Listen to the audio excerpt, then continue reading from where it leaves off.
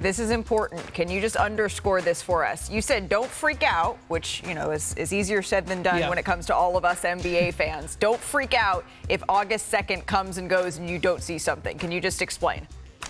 Yeah, so he's playing for the Slovenian national team at the European Championships, frequently called Eurobasket, which is one of the most valuable tournament for the Europeans outside the Olympics.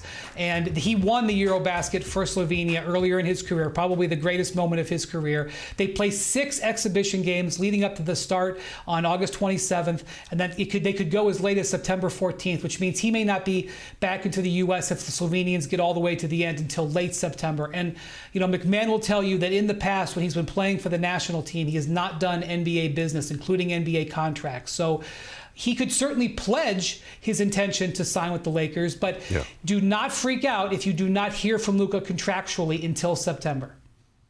Yeah, and look, the reason it's an August 2nd extension date is because he waited until after the Olympics to sign his previous contract for the Mavericks, even though that deal was a mere formality. He was asked at his exit interviews that year about, hey, what do you think of maybe signing that Supermax? And he laughed and said, you know what I'm going to do. This is not a mere formality. This is the first time that Luka Doncic has really had a decision to make in terms of the contract. There is no Supermax eligibility. That blew up when the Mavericks shanked him in the back and shipped him to L.A. That's just a simple fact of the matter. And look. One way to put it. It's the honest way to put it. It's certainly the way that he felt about it.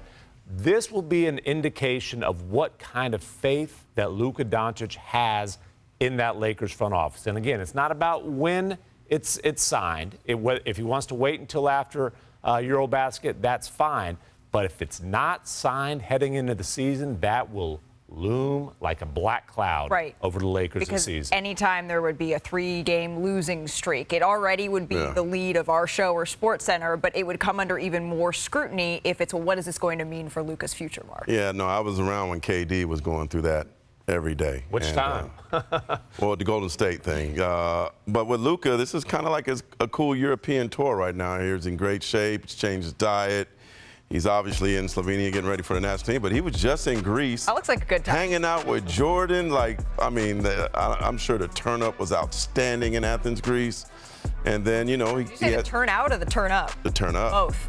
Yeah. Both. Trae Young wasn't there. He's in Summer League trying to get his contract situation together. Another thing to look out for. But I think for Luka, who plays August 28th against Poland,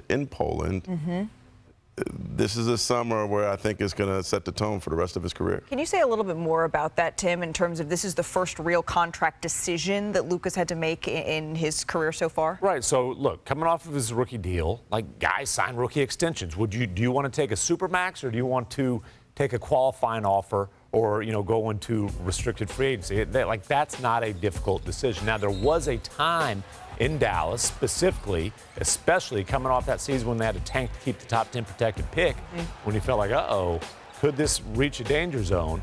But it didn't. They made several moves. The chemistry clicked with Kyrie. They went to the finals, and Luka couldn't wait to sign the Supermax contract this summer. Obviously, circumstances changed drastically, but hey, the Lakers are, they're trying to make it his team, but he did not grow up with this franchise. Again, they don't have the massive financial advantages of saying, hey, we can pay you hundreds of millions, 9 figures more than anybody else. So this will be the first time in Luka's career where it wasn't really an obvious foregone decision. conclusion. But is he a saint in all this? I know you said the Mavericks stabbed him in the back, but does he have to be accountable for anything that led to the trade? Well, I think he has to be accountable for 34-10-9 and taking a team in the finals the months before. But that's not what I asked. Luka's is he a saint? No, of course not. Yeah. No, Luka's conditioning has been a problem throughout the course of his career. He's clearly doing something about that this summer. The Revenge Bod tour is on. There's no question about that. Look, Luka's not a saint, but again, the man took him to the finals months before. But forget that. That business is done. Let's focus on the business that Luka has in front of him this summer. I don't think it's time to litigate sainthood, but it is time to litigate a contract here for Luka Doncic. And the Lakers clearly want him to be their next face of a franchise. And by the way, nobody is saying that he is not going to sign this contract. We're just talking about the date in which it could be signed. He does have a decision to make, Brian. But can you just Map out what it looks like. Let's say he doesn't sign a contract going into the season. Can you just map that out for us? Well, there's 3 max contracts that NBA players, superstars, can sign. One that's worth 25% of the cap, 30% and 35%. Depends on years of service. The first one I call the fun max because almost everybody who's offered it signs it. It's no big deal, like Bontemps discussed. Fun size. I mean, like McMahon discussed a minute ago. Then there's the stress max. This happens when it's a player's second max contract. This is when players sometimes leave or are not really worth it. This is the stress max right now for Luka. The Lakers are a little bit stressed out about it. Then there's the legacy max. When you get the 35%, you're home free. Everything's going to be great. This is the stress max situation. So if he signs it, relief for the Lakers. They can spend a little bit of time looking at their roster over the next 2 or 3 years, making decisions that are not based on what's going to be best for us tomorrow. What are we going to present to Luka in 2026? We can think about what the team looks like in 27, 28, etc. If he doesn't sign it, he can be a free agent next summer when there's going to be 10 plus teams with cap space.